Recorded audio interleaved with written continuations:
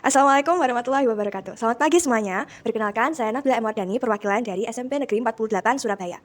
Pada kesempatan hari ini, saya akan menjelaskan mengenai penelitian yang telah saya buat yang berjudul Penerapan Bangun Ruang dalam Mendukung Kegiatan Adiwiyata di Sekolah yang dibimbing oleh Ibu DRA Cecilia Ida Yuyari dan Ibu Anissa MPD. Yuk kita simak sama-sama. Yang pertama, hal yang melatar belakangi penelitian saya adalah karena SMP 48 Surabaya atau kerap disapa Sempada merupakan sekolah adiwiyata. Apa sih sekolah adiwiyata itu?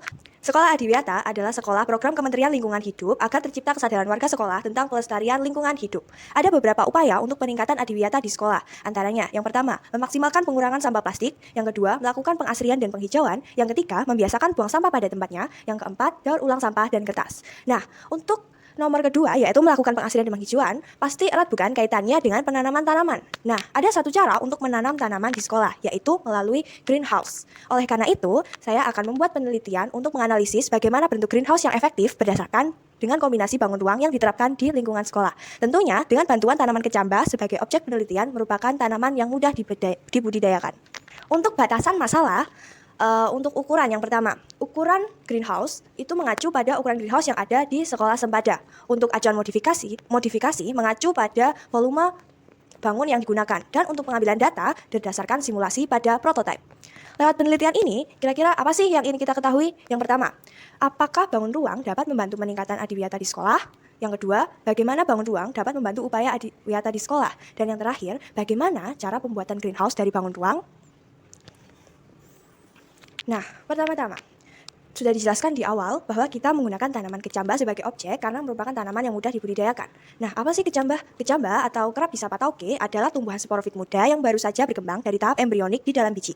Tanaman kecambah biasanya digunakan sebagai objek atau sampel penelitian atribut yang digunakan untuk bercocok tanam. Hal ini dikarenakan kecambah memiliki cara perawatan yang mudah dan dapat dilakukan dalam waktu yang singkat. Dalam budidaya kecambah dibutuhkan biji dan kacang-kacangan yang sehat, tidak busuk, bersih dari pestisida, serta didukung dengan lingkungan dengan cahaya yang optimal dan kadar air yang cukup.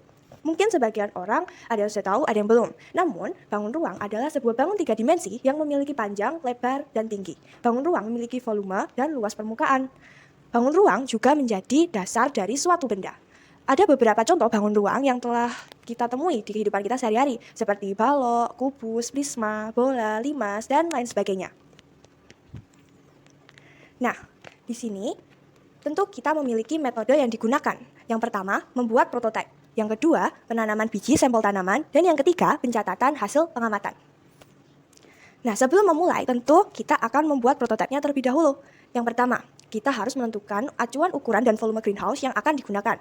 Lalu yang kedua, membuat kombinasi bangun baru sebagai bentuk greenhouse dengan menggunakan volume acuan. Yang ketiga, menentukan skala untuk membuat prototipe greenhouse dengan bentuk baru. Dan yang keempat, membuat jaring-jaring bangun ruang untuk masing-masing prototipenya. Yang pertama, menentukan acuan ukuran dan volume. Nah, acuan greenhouse yang dibuat ini berdasarkan greenhouse yang ada di SMP 48 Surabaya. Terdiri atas gabungan bangun kubus dan prisma segitiga seperti gambar 1 yang bisa dilihat di sini. Lalu dilengkapi juga dengan kerangka bangun yang ada di gambar kedua. Nah, greenhouse ini dapat dibuat dengan bangun ruang menggunakan rumus gabungan antara volume kubus dan volume prisma. Yang kedua, membuat kombinasi bangun ruang baru sebagai bentuk greenhouse dengan menggunakan volume acuan. Penggunaan acuan volume sebesar 435-47,3 cm3 menghasilkan kombinasi bangun baru, yaitu seperempat silinder dan juga kubus dengan ukuran yang tertera seperti gambar 3. Lalu yang ketiga, menentukan skala untuk membuat prototipe greenhouse dengan bentuk baru. Ukuran yang digunakan untuk membuat prototipe didapat dari ukuran bangun asli yang diperkecil dengan skala 1:10. Proses pembuatan prototipe. Pertama-tama, kita harus menentukan ukuran panjang tusuk sate yang akan dibuat sebagai kerangka sesuai skala yang telah dihitung sebelumnya. Kemudian yang kedua, kita potong tusuk sate sesuai panjang ukuran prototipe yang telah ditentukan. Yang ketiga, satukan tusuk sate membentuk kerangka bangunan greenhouse menggunakan lem. Lalu yang keempat, potong plastik sesuai ukuran bangun yang telah dibuat, lalu tempel menggunakan lem. Dan yang terakhir, kita harus memberikan alas kardus di bawah model prototipe untuk menjaga prototipe tetap berdiri tegak. Dan yang keenam, prototipe telah siap. Penanaman biji sampel tanaman dan pencatatan hasil pengamatan. Penanaman sampel tanaman kecambah sebagai variable control menggunakan biji kacang hijau dengan media tanam berupa kapas yang diberi air. Kecambah cukup disiram 2 hari sekali untuk menghindari resiko kebusukan pada tanaman kecambah. Nah, untuk data yang diperoleh adalah pertumbuhan kecambah dengan indikator daun dan tinggi tanaman pada masing-masing bangun. Hipotesis, HO penelitian gagal dan tidak dapat membantu kegiatan adiwiyata di sekolah. Lalu, penelitian juga tidak dapat diterapkan dan diaplikasikan di lingkungan sekolah. H1, penelitian dapat ikut andil dalam membantu proses peningkatan adiwiyata di sekolah melalui rumah kaca atau kerap disebut dengan greenhouse serta dapat diterima dan diterapkan pula di lingkungan sekolah. Nah, di depan saya sudah ada 2 contoh model prototipe yang sudah saya buat beserta tanaman kecambahnya. Untuk pencatatan hasil pertumbuhan sampel tanaman, pada hari pertama beberapa biji mulai pecah, kemudian hari kedua biji mulai bertunas, hari ketiga biji bercambah, dan hari keempat mulai mengalami pertumbuhan yang tinggi dan pertumbuhan daun yang naik secara signifikan. Nah, setelah kita membuat rumusan masalah, tentu kita harus menjawabnya, bukan?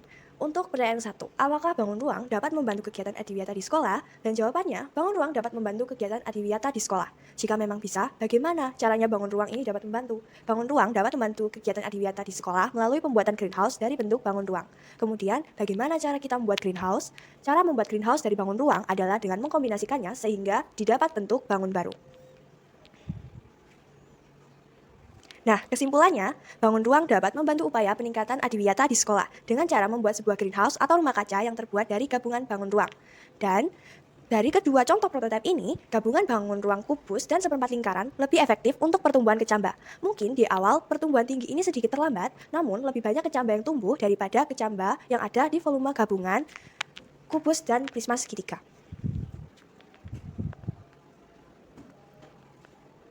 Bisa dilihat di sebelah sini ada daftar pustaka untuk saya mencari informasi. Dan sekian dari penjelasan mengenai judul penelitian saya. Mohon maaf bila sama penyampaian terdapat salah kata. Terima kasih. Wassalamualaikum warahmatullahi wabarakatuh.